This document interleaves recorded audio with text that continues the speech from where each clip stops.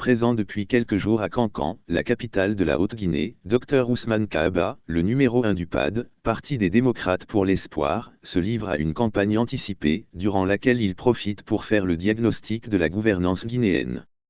En effet, lors de son passage dans l'un des cafés-bars les plus fréquentés de la ville de Nabaya, il n'a pas été tendre, en particulier, envers celui qu'il a activement soutenu pour accéder au pouvoir en 2010.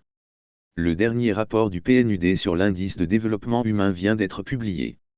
Il sanctionne les 11 années de gestion d'Alpha Condé. Selon ce rapport, la Guinée occupe la 182e place sur 191. Nous sommes donc parmi les 10 pays les plus pauvres de la planète.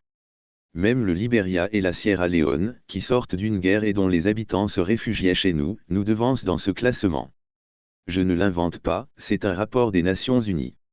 Ces informations sont vérifiables en ligne. Elles ne sont pas dissimulées, a-t-il déclaré. Poursuivant, ce diplômé de la prestigieuse université d'Harvard, dans l'État du Massachusetts aux États-Unis, explique les raisons de ce retard de la Guinée par deux faits: le vol des dirigeants et les mensonges servis quotidiennement au peuple. Par exemple, depuis ma naissance, je n'ai jamais vu un pays où l'on vole les rails de train, où des avions et des bateaux disparaissent entièrement, excepté en Guinée, déplore-t-il. Enfin, en ce qui concerne le projet de bitumage de la route nationale Kankan-Kissidougou, le natif de Karifamori a fait des révélations.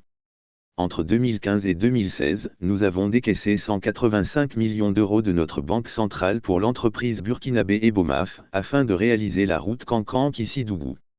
Cela représente 1,850 milliards de francs guinéens.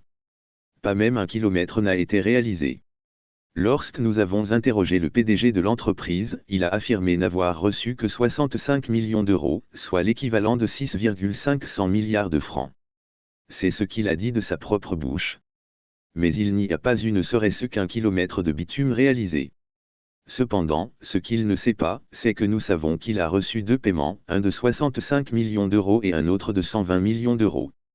Nous pouvons fournir des copies de chèques pour corroborer ces allégations, a brocardé Dr Ousmane Kaaba.